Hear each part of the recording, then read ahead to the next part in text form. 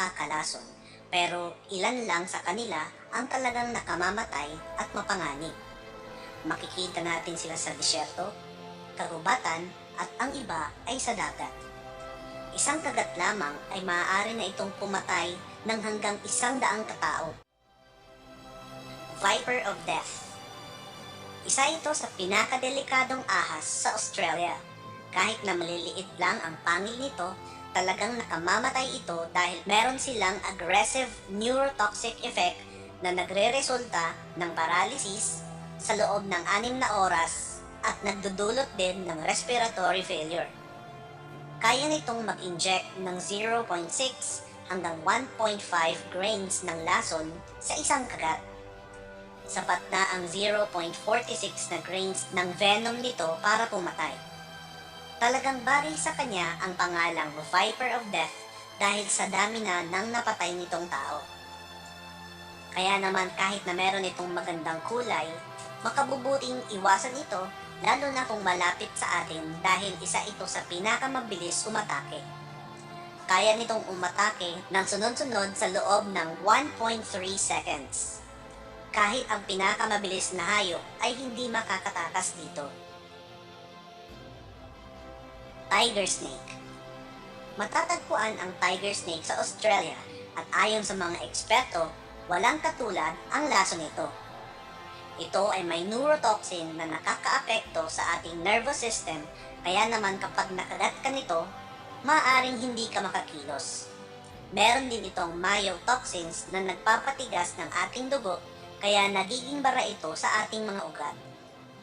Gaya ng Philippine Cobra, maaari kang mamatay sa loob ng 30 minuto matapos kang kagatin ito. Ang ilan sa mga sintomas nito ay pananakit ng paa, leeg, pagkamanhid, sobrang pagpapawis, hirap sa paghinga, at paralysis. Hindi naman ito aggressive maliban na lamang kung makaramdam ito ng panganib. Kahit na mayroong antidote dito, sinasabi na 45% sa mga nakagat nito ay namamatay kapag hindi agad naagapan. Rattlesnake. Ang makamandag na ahas na ito ay kadalasan nang makikita sa American territory mula United States hanggang Argentina. Gumagawa ito ng kakaibang tunog gamit ang kanyang buntot.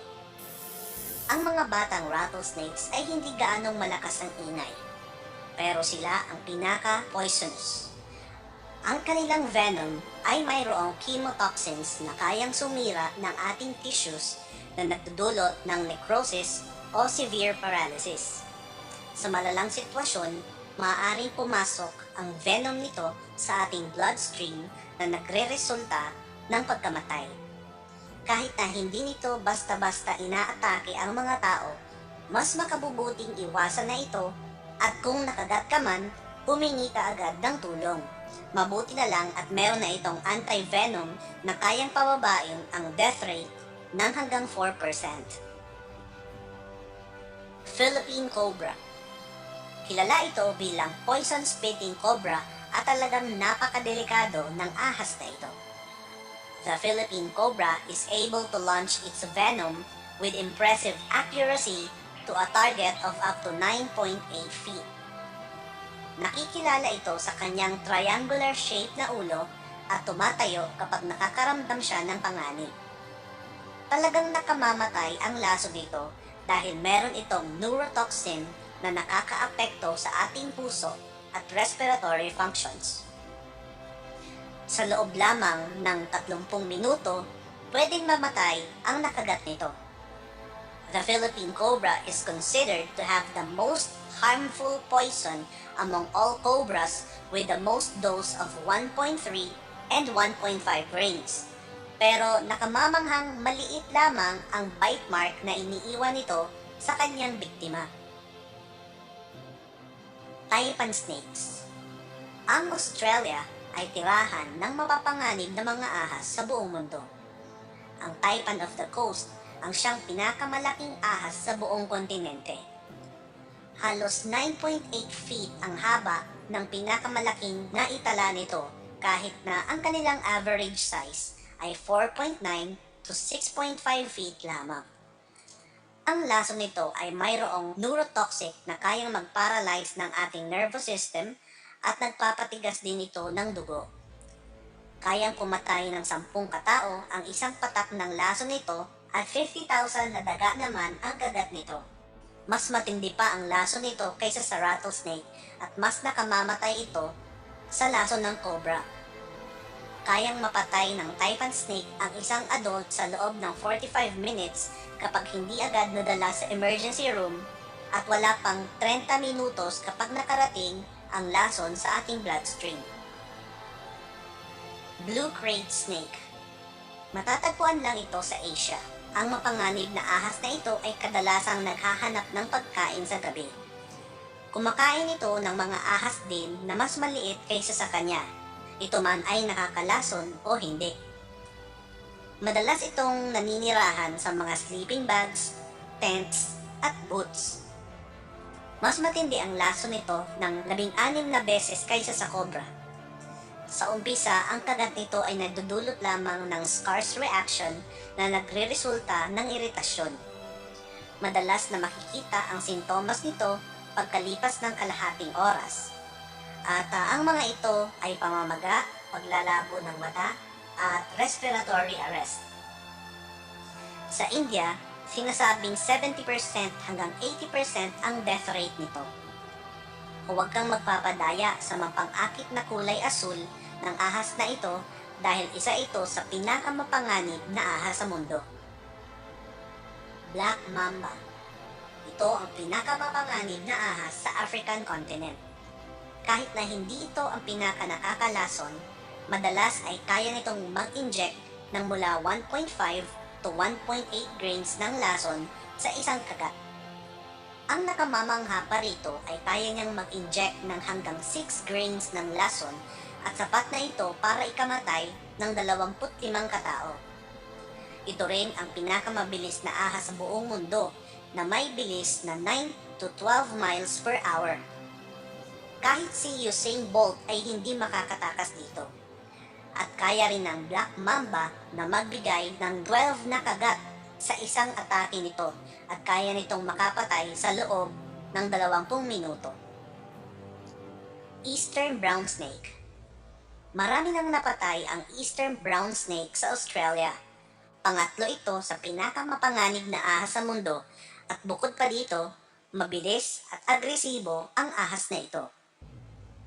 Sinasabi na kayang pumatay ng laso nito ng halos 100 katao o 250,000 na daga.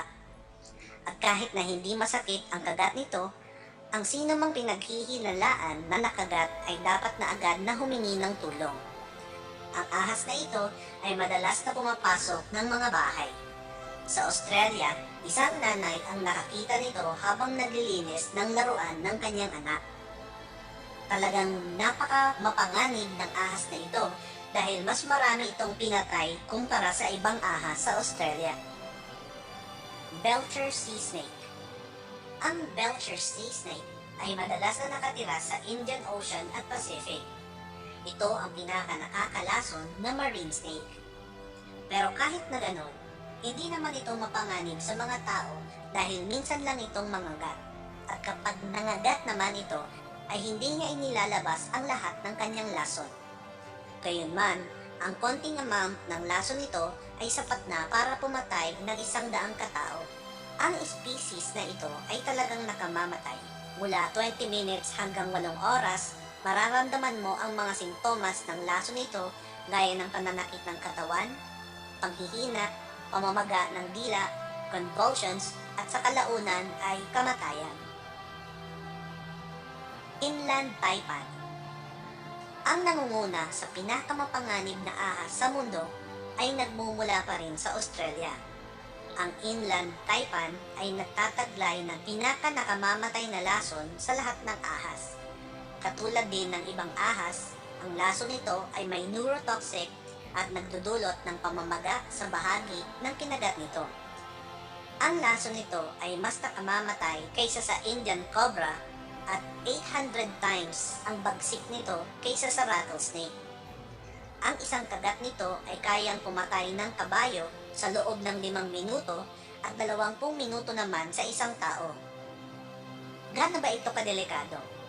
Ang 0.38 grains ng laso nito ay may 80% chance na pumatay ng isang tao.